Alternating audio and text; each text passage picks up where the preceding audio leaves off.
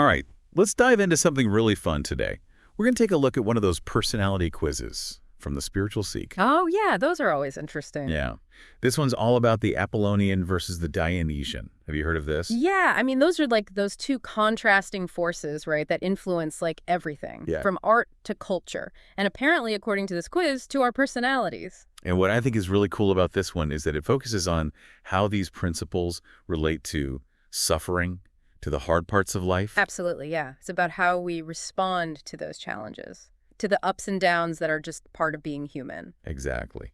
So are you ready to figure out if you're more of a structured Apollonian or a passionate Dionysian? Let's do it.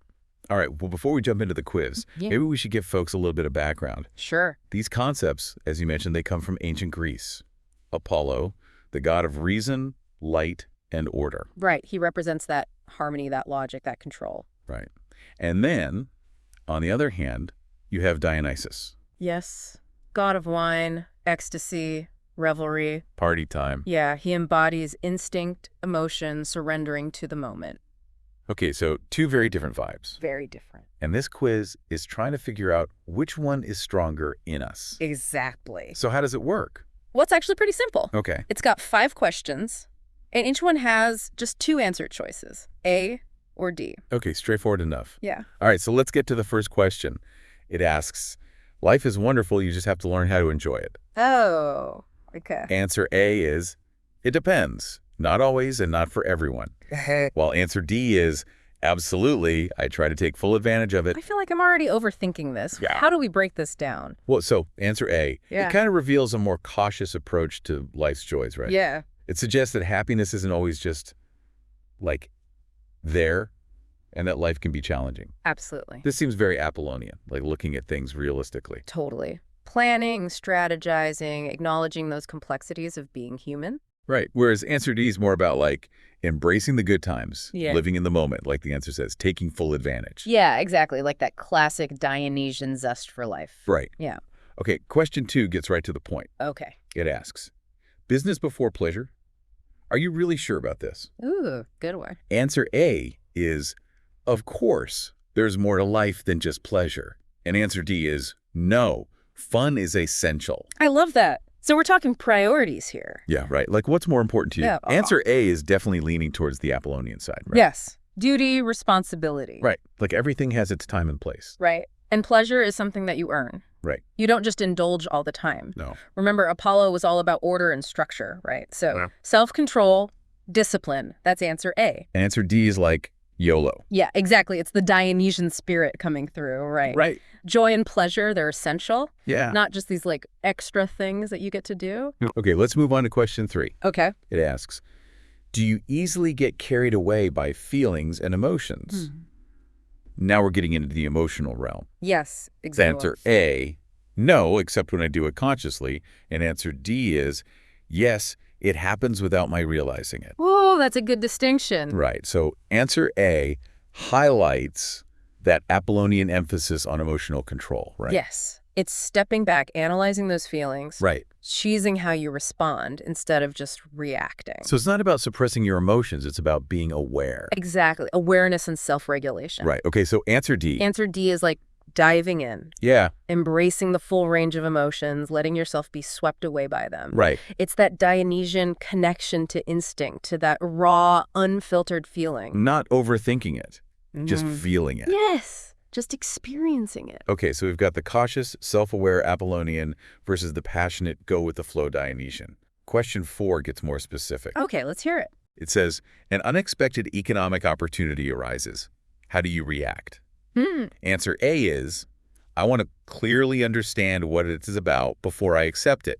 And answer D is, I don't think twice about it and jump in. Okay, that's interesting. So now we're getting into decision-making. Right. How we approach those kinds of things. Yeah, exactly. So answer A is like textbook Apollonian, right? Yes, absolutely.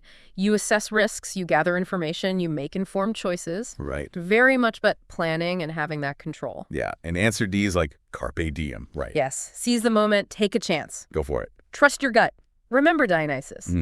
All about disrupting things, pushing boundaries. Okay, one last question. Right. Question 5 asks, what kind of relationship do you have with order and discipline? I think I can guess where this is going. Right. Yeah. Answer A is, I like to live orderly and give myself rules. Okay. And answer D is, excessive order and discipline make me uncomfortable. Yeah, these are totally different approaches to life, right? Right. How you navigate the world. So answer A is clearly the Apollonian side. Right. Yeah. Appreciating structure, routine. It's finding comfort and security in that predictability. Right. And having those guidelines to follow. Yes. And answer D is like freedom. Yes. Flexibility, a little bit of rebellion against too much structure. Right. Dionysians thrive on spontaneity, you know? Yes. Improvisation, creating their own path, often right in the moment. Okay, so we've gone through all 5 questions. Now, how do we actually score this thing? Yeah, how do we figure out where we fall on this Apollonian Dionysian spectrum? Right. How do we figure out who we are? Well, the scoring's actually pretty simple. Each A you picked is worth 5 points. Okay. And a D gets you 0. Got it. Add them up, and there you have it, your score. Gives you a sense of which way you lean, Apollonian or Dionysian. So, like, if I got a perfect 25, am I basically just like a robot programmed for logic and order? Well, not exactly a robot, but a 25 would put you way over on the Apollonian end of the spectrum for sure. You'd really value structure, rational thinking, being in control. But even the most Apollonian person has a little bit of Dionysus in them somewhere, and vice versa, of course. Right, right. So it's not about putting yourself in a box. It's more like a tool to help you understand yourself a little better. Exactly. And how you approach things. What if I got, let's say, a 15? What does that mean? A 15 suggests a bit of a blend. You've got some Apollonian tendencies, some Dionysian, with maybe a slight lean towards the Apollonian. You might find yourself drawn to structure sometimes, spontaneity other times, depends on the situation. Makes sense. Now, what about those folks on the other end of the spectrum? The ones who scored a big fat 0. Are they living in pure chaos? Well, they're definitely embracing the Dionysian energy, that's for sure. A 0 means you thrive on spontaneity, passion, all those intense emotions. You probably find rules and structures a bit stifling, and you'd rather forge your own path, often in the moment. I love this. I'm already analyzing myself and everyone I know. But let's talk about why this matters for our listeners. Why should they care about this whole Apollonian versus Dionysian thing? That's a great question. It can actually be super helpful to understand these tendencies because it gives you insight into how you approach all kinds of things, your work, relationships, how you handle stress. It can help you make more informed choices, navigate those tricky situations, and it can even boost your self-awareness. And even make you a more compassionate person, to be honest. Okay, give me a real-world example. Let's say I'm facing a major career decision, something both exciting and terrifying. How would being more Apollonian or Dionysian play into that? All right, let's say you get offered a promotion, way more responsibility, big jump in salary, but it also means longer hours, maybe a lot more stress. How do you react? Ooh, that's a tough one. What would each type do? Someone strongly Apollonian would probably approach it very methodically. Make a pros and cons list, research the new role, talk to people they trust for advice, really analyze those risks and rewards before committing to anything. They might even make a plan for how they'll deal with the extra work and stress. So it's all about having a plan, being prepared. Exactly. Minimize that uncertainty, feel in control. Now, what about someone more Dionysian? Would they just jump right in? It's possible they might be more focused on the excitement of the opportunity, that chance to grow, push their boundaries, the thrill of the unknown, trust their gut, make a quick decision, and just figure things out as they go along. So it's not about one way being better than the other. It's about knowing your tendencies and how they might affect your choices. Absolutely. And it's not about trying to force yourself to be someone you're not. It's about playing to your strengths and knowing where your blind spots might be. Someone very Apollonian might actually benefit from a little bit of Dionysian spontaneity, while someone super Dionysian might find that some Apollonian structure helps them actually reach their goals. That's a great point. It's about balance, using the best of both. Exactly, like different tools in your toolbox. You wouldn't use a hammer for everything, right? It's about knowing which tool is right for the job. Right, right.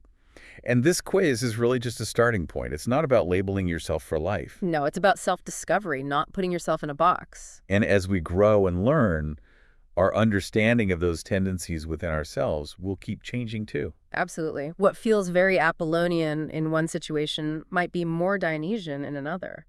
It's all about paying attention to yourself, to that nuance.